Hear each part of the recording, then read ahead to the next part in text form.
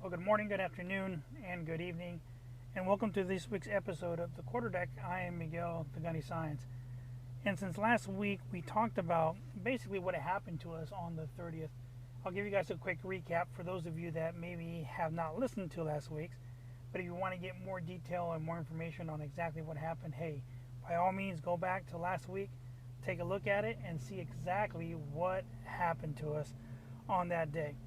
So since last week, when we were starting to get everything kind of organized and everything put together regarding the fire and everything that happened in our house, we had an architect that came by yesterday and walked around the house and pretty much gave us his determination on what he thinks that can actually be done in order for us to go ahead and continue with either the renovation or actually just tearing down the whole house and rebuilding everything from the ground up. Now, I am just waiting right now for the insurance company to send us a check that we're going to have to sign and then send out to the actual mortgage company, and that's where the money is going to come from. So whatever we end up spending is going to come from there. The good thing is that the insurance company did tell me that there's still a buffer of any additional costs that may come up once they actually start looking at the house and everything that is going on. So long story short, the architect stopped by yesterday, and basically my wife, told him everything that she kind of wanted to do to the inside of the house. Now, our plan is to actually leave the structure of the house the way that it is. So we're going to use the same foundation that the house is already on. So the house is still going to have the exact same shape. But the only thing that we want to do is actually move a couple of walls around. One thing that my wife always wanted, and she regretted when we built the house, was that she did not have a giant walk-in closet. So that's going to be hopefully taken care of now. She will have her bigger walk-in closet for her to be able to walk into. And my son is going to have a bigger bedroom. Now, my wife wants his bedroom to basically be the same size as a master bedroom. Now, man, I don't know what I would have done. At 12 years old, when I was growing up, I would have loved to have a gigantic bedroom for me to do whatever the heck I wanted to do in, with all my toys, to play my video games, have enough room to do whatever. Here I am saying video games like I had video games when I was really growing up. I never had my first video game console really till I joined the Marine Corps, so I can't really say that I had those when I was growing up. But yeah, so that's the plan right now. We want to go ahead and get him a master bedroom, and the bathroom that's in the middle of our hallway that was next to his bedroom, we're going to go ahead and connect that with his room to allow him to have a actual master bath as well in his room. Now that's still going to leave us having 3 full bathrooms in the house, so that's not going to change. And another thing is that my wife wants the laundry room to be expanded a little bit, to make it a little bit bigger, just so she has a little bit more room to maybe have a folding table or some other things inside there, which is good. Which is, I want her to have what she wants and make her happy. We've been wanting to do renovations to the house and all things like that, but I don't think we actually planned it like this. I guess, we always say that things happen for a reason. Maybe this happened to us for a reason, and we just don't know exactly what that reason is just yet.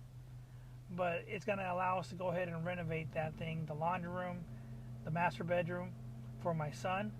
And the next thing on her list was a bigger pantry for her to be able to put her stuff in there, and pots and everything like that.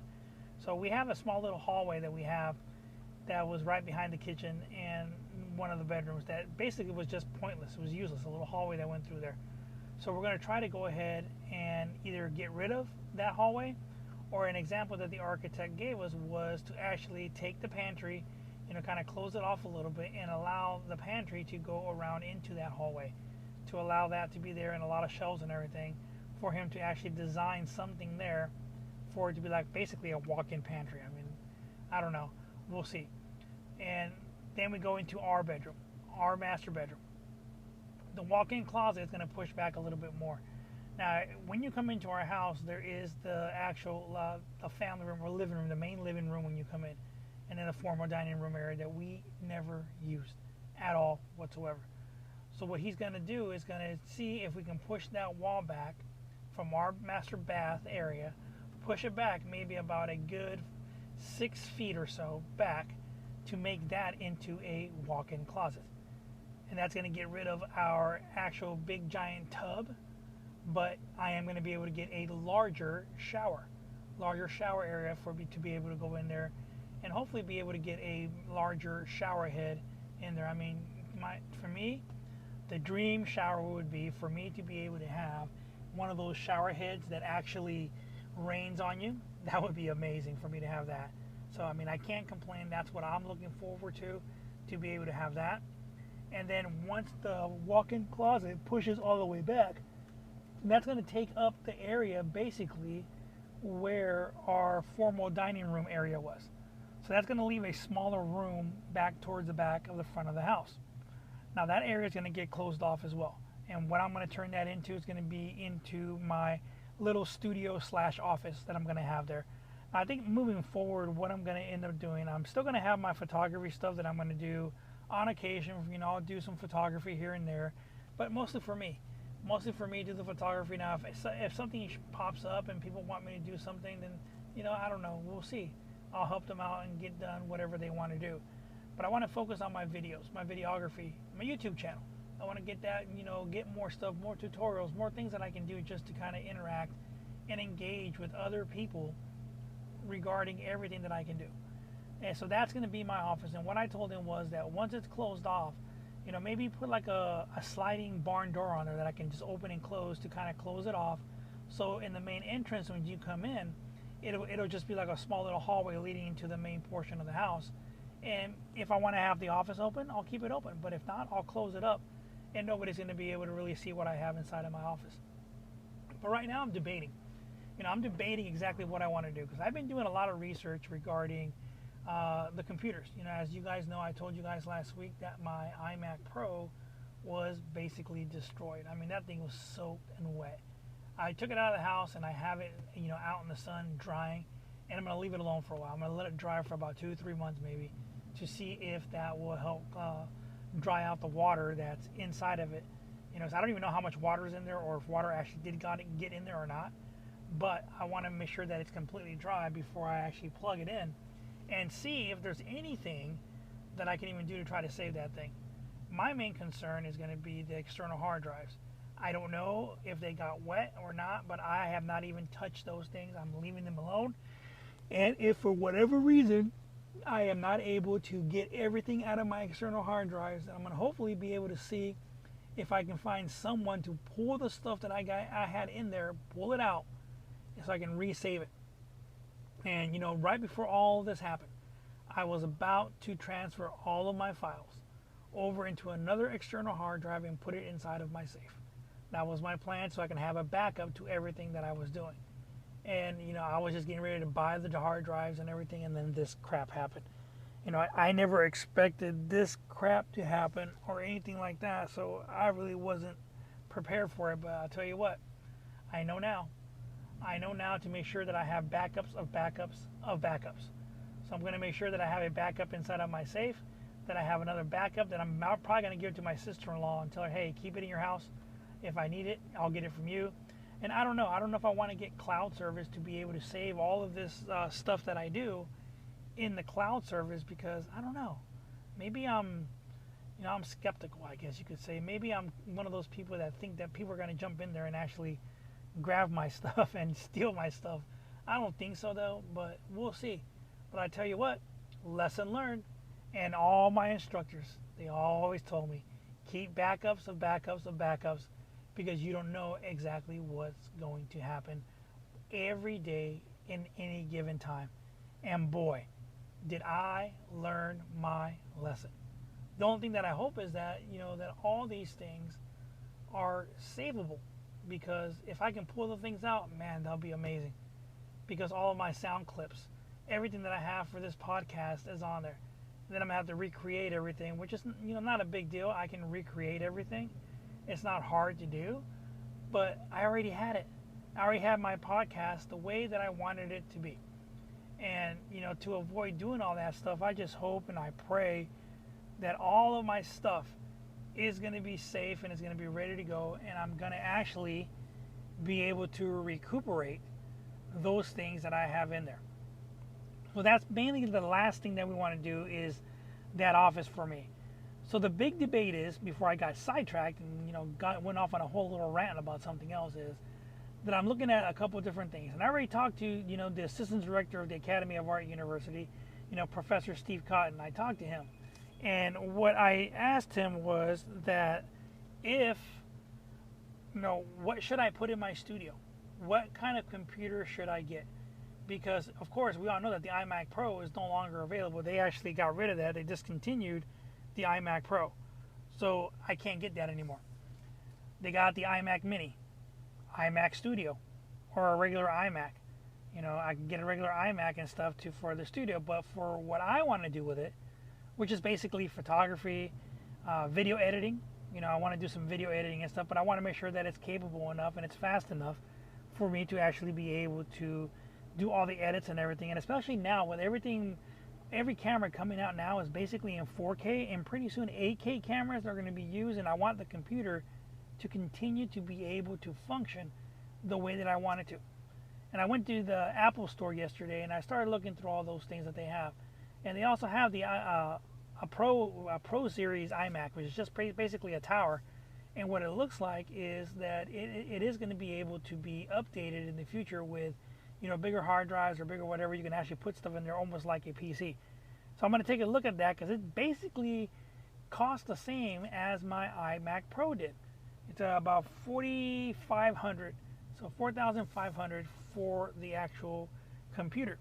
Now the main thing with that is that I'm going to have to buy a monitor to go along with that. And there goes my other thing that I'm worried about right now, is because I don't know what the hell kind of monitor I want to get. Everybody's like, well, look at the iMac, the Apple Studio monitors and everything that are available. Man, those things are freaking expensive. I'm looking at them and it's like almost like $2,000 for some of those damn monitors they have on there. Now I don't know if it's going to make a big difference if I buy a different kind of monitor. So I don't know. You guys got any idea about that? Leave me a freaking comment in my Facebook page, Gunnery Sergeant Signs there, the Quarterdeck with Gunny Signs on Facebook, and let me know what you guys think. I know that, hopefully here next week I'll be able to have a sit down with some of the instructors and the assistant director that I had at the Academy of Art University, so I can, just have a one-on-one conversation with them. I think basically what it is that I just want to vent.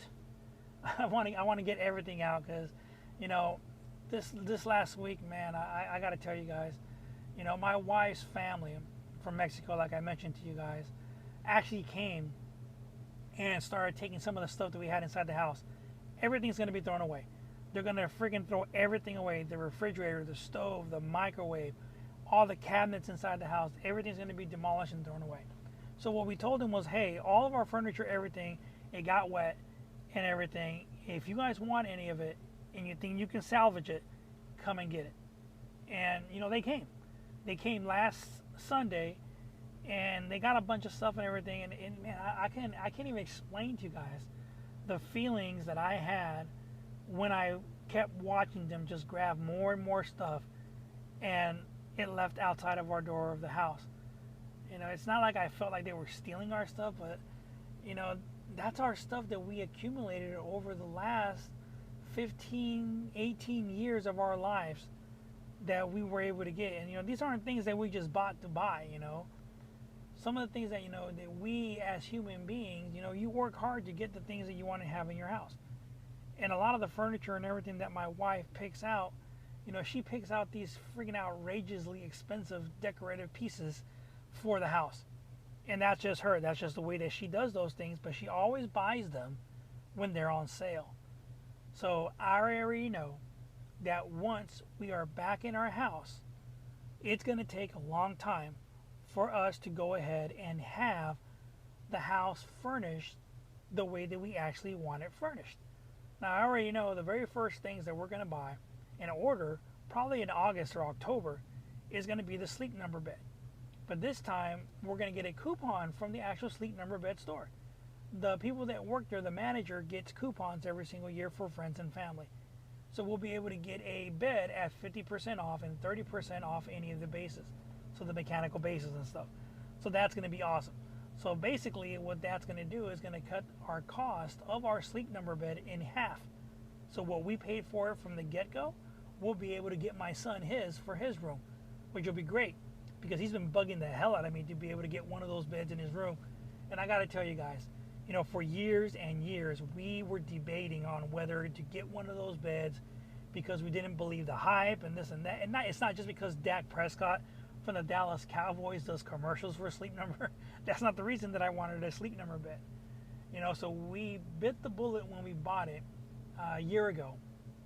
And I got to tell you guys, I was averaging maybe 3 hours of sleep every single night. Once I got the Sleep Number bed, I'm up to 5. I don't get a lot of sleep, but it increased. My amount of sleep that I get now actually increases, and having the ability to change each side of the mattress. My wife likes the mattress a little harder. I like it a little bit softer. You know, sometimes I switch it around, and everybody asks, you know, hey, what's your number? My number right now is 65. That's where I sleep the best. I get the best sleep, and it's amazing. So if any of you guys out there are debating, or you've seen the commercials, or you know people that actually gotten this damn bed, the Sleep Number bed, try it. Go to the store, lay on it so you can see exactly how it feels. And I guarantee you, and this is my own personal opinion, you know, I guarantee it, that it's going to make a huge difference because it allows you the flexibility to actually be able to adjust it to whatever hardness or softness you want your mattress to be. And not only that, with the actual flexible base, you can actually, you know, sit up a little bit, watch TV, whatever, lift your legs up if you want to lift your legs up. And the one thing with ours is our bed actually has heaters on the feet section of the bed. So it allows you to warm your feet up. You know, you've been working all day, working hard, exercising, whatever you've been doing every single day. You just want to turn the heater on up there on your bed a little bit, and it'll help you relax and help you sleep. And I tell you why, and for me, there are already some preset settings on that damn thing, and they're amazing. You know, they're amazing, but the best setting that it has on there is a setting that they call zero gravity. And oh my goodness, man, the first time I set my bed on zero gravity, it just felt like I was floating because the way the bed sets itself up with your feet and your head, just feels amazing to lay like that and actually watch TV. So that's going to be the main big purchases that we do. That, washer, dryer. My wife wants for us to select our kitchen, the stove, the microwave, the dishwasher. We're going to select all those. The one thing that my wife wants in the kitchen is that she wants it to be all white. So, I mean, I like a full white kitchen. To me, that's not an issue. I don't have a problem with that. She was looking at like the black splash and everything of the kitchen. You know, she showed me today, and she's like, she wants freaking marble or something that looks like marble in the backsplash. And since she wants everything to be white, you know, she wants it kind of to be a whitish with the grayish veins and everything on it to make it stick out just a little bit more. And of course, the island that we already have, the same size of island that we have, is the same size of island that she wants to have again. But again, the actual, top of our island, you know, she wants it to be a white color, a whitish color with the veins and everything, so it matches everything around the whole entire kitchen. Our cabinets that we have in the bathrooms, all that she wants to match. So that's going to be one hell of an adventure. And I'm going to tell you guys, man, we're just getting started. And, you know, it's freaking hectic. Again, I don't wish this on anybody because the crap that we're going through right now, my goodness, man. I'm just glad that now each of us have 2 weeks of clothes that we have, so we can actually change and have some different clothes and change out throughout the day and the weeks and stuff and everything. Wife and I, before I actually came to pick up my son, which right now I'm sitting at my son's school waiting for him to get out of class, and I figured, hey, why not? What better time for me to sit here and actually record my podcast when I'm alone in the truck? Yes, I got the AC blowing, I got the truck going because it's like 102 degrees outside, so I got to have a little bit of AC or else I'm going to burn my ass up. So I'm pretty sure that the sound quality is not as great as I've had in the past, but hopefully soon I will be able to go ahead and at least get a laptop. I'm going to upgrade to the Rodecaster Pro 2. I had the Rodecaster Pro, the original one, the first one, but since the insurance is going to cover the cost of the new one, I will go ahead and upgrade it and get the new one, and that way I can stay up to date with the times and everything, and I'll have more power than I need, or more abilities to do stuff with that than I probably would need. But hey, it's better to have more than have less. If I have less and I need more, I'm going to be in trouble. But if I have the more and I don't need it all, it's going to be a little better for me. So that'll be better for me. But the computer, the microphone arm extender, so I can at least have my little recording studio there and continue to do my podcast. And hopefully by then, I will have my external hard drive sitting out long enough. Next thing I got to do is I'm gonna clean them out, because they got a lot of insulation on top of them. The way the computer was back there, they really didn't get that wet because of where the computer was. So hopefully it's just insulation. It's just insulation that got all over them, and I'll be able to salvage the external hard drives for all my files, for my sound effects, for all the pictures that I've had, that I've taken, the landscapes, all those things. I want to be able to salvage all those, because man, I had everything already set up completely. My Premiere Pro was set up the way that I wanted it. Photoshop, Lightroom. So it's going to be heinous, but you know what? I'm going to make it work. And like I told my wife, we're going to think positive. We're going to be positive in everything that's going to be coming up here in the near future for us.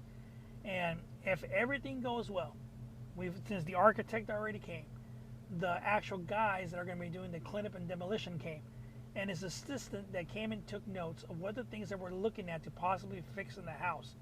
He took notes, and they're going to start on the actual a three-dimensional floor plan for us to take a look at it before they actually draw out the floor plans and actually turn them into the city for the project to get approved, so they can go ahead and get started with that. But first things first, what they're going to do is they're going to submit for the actual permits to start demolishing everything. And the first thing they told me was that they're going to start with all the cleanup and everything. And hopefully that should start either Monday or Tuesday. They're going to start going in there with the dumpsters out there and getting the cleanup of all the insulation, all the trash, any other things that we still have in there that are going to get thrown away. We're going to get them all out of the house. And what I'm going to tell them is that once they actually get everything off of the floor, that the insulation and trash, just to give me the opportunity to go in there, and I'm going to take my safe out, because I can't take it out right now because all the freaking insulation and drywall that fell from the ceiling is on the ground. So it's a pain in the butt to actually get a freaking dolly in there and get it out. Now once I get it out, I'll be able to kind of take a look at it and inspect it. It looks fine. It looks like nothing happened to my safe at all whatsoever. Insurance is going to pay for it anyway. They're going to buy me a brand new one. So I'm going to check it out, take a look at it, see if it's salvageable, and hey, maybe I'll keep it, maybe I'll just sell it or something.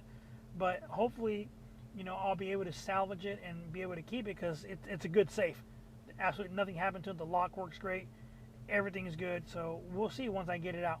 Of course, all my guns are out, like I told you guys. I took those things out first. I went in there and I found a way to open the safe, took all the guns out, all the ammo, all that stuff got taken out.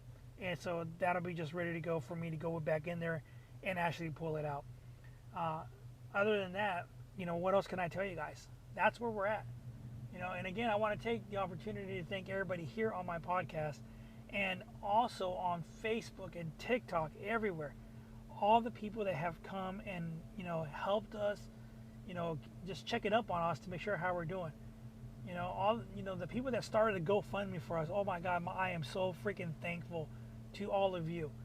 The things that you have done, and as many of you that have donated money to help us to get things started back and be able to actually, get our start by getting clothes, food, and just not having to worry about that right now. That's probably one of the biggest things.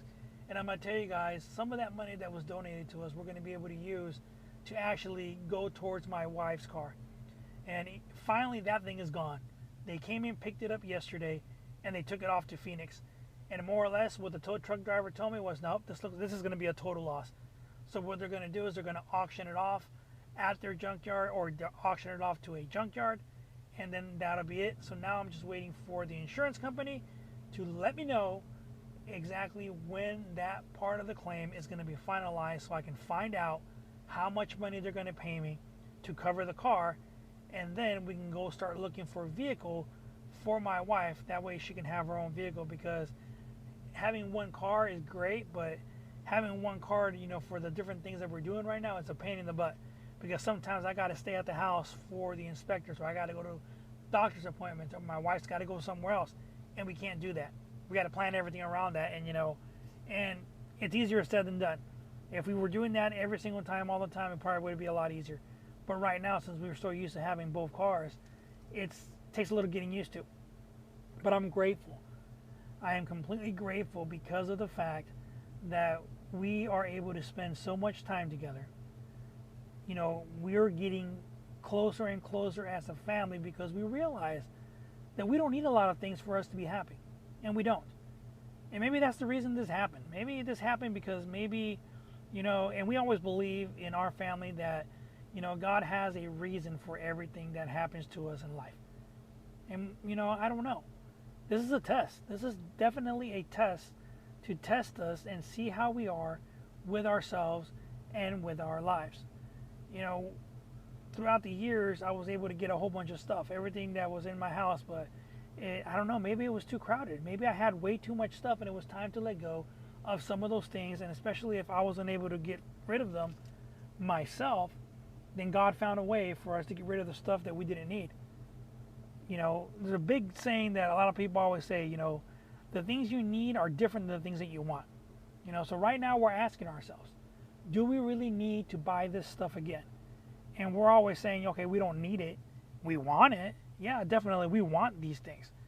But that's something that I want my son to learn too, that he's got to understand, okay, these are things that we want. But what do we actually need to buy so we can get it? And that's going to be the first things that we get. So once we get our insurance claim, we may have the money there to buy everything that we had before, but we're not going to do that. We're going to buy the things that we need, have those in place. I'll get those there and have them ready to go. And then after that, then we'll, get some luxury things if we need them. Because, I told my wife, everything that I had in the garage, like all those thousands and thousands of dollars of Halloween stuff that we lost.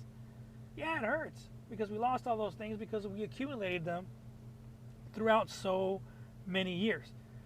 But now, like I told her, maybe we just buy a couple things. We're not going to buy a lot.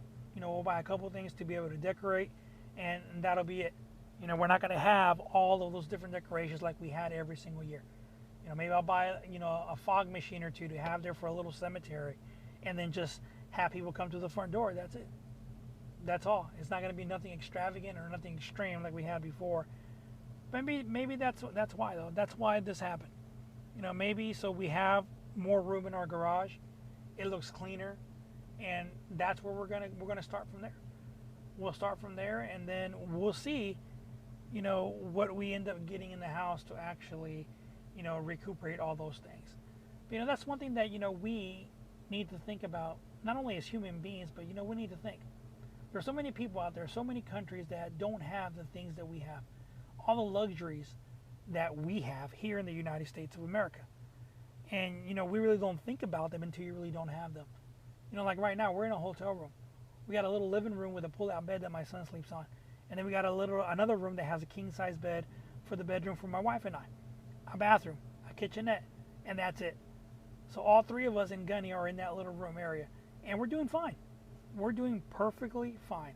So we can manage with just enough little space for us to actually function in, because really all we do is sleep there. That's all you really need. You need to be able to sleep there, and if you want to do something else, of course we can go outside and do something, but right now it's getting way too hot. But once we get all this thing said and done, it's going to be so much easier for us to see exactly the things that we actually need in our new home. Well, okay, I'll let everybody go for this week. Thank you guys for joining me.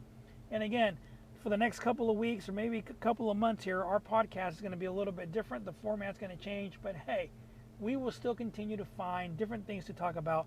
And tomorrow I'm going back to the house.